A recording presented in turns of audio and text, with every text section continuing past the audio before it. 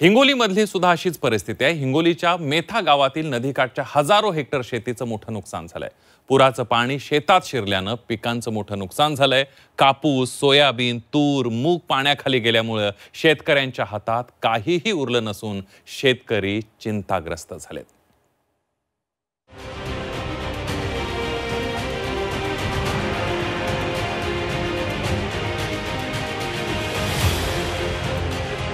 अतिवृष्टीचा हिंगोली जिल्ह्याच्या मेथा गावाला मोठा फटका बसलाय।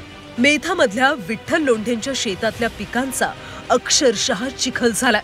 लोंढे यांच्याकडे असलेली 5 एकर शेती पाण्याखाली गेलीये, त्यामुळे शेतातली पिकं देखील सडून गेलीये। सोयाबीन, कापूस, तुरीचं मोठं नुकसान झालंय।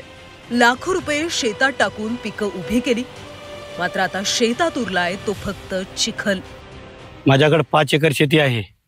शेतीमध्ये पिकं सोयाबीन, कापूस आणि तूर घेतो। तर यावर्षी एवढा पाऊस झाला सर, भरपूर पाऊस झालेला आहे। तर कमीत कमी 10 पुरं आमच्या शेतामधून गेलेले आहेत।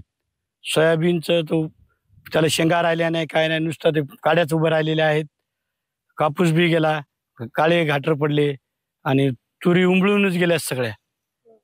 तर एवढं आता नुकसान होऊन एकरी 30 ते 35 हजार रुपये याला खर्च आलेला आहे।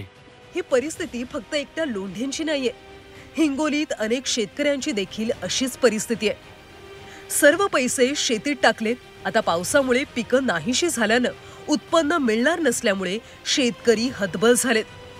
पीक विमा कंपनीकडून देखील लाभ मिळत नसल्याची भावना शेतकऱ्यांची आहे।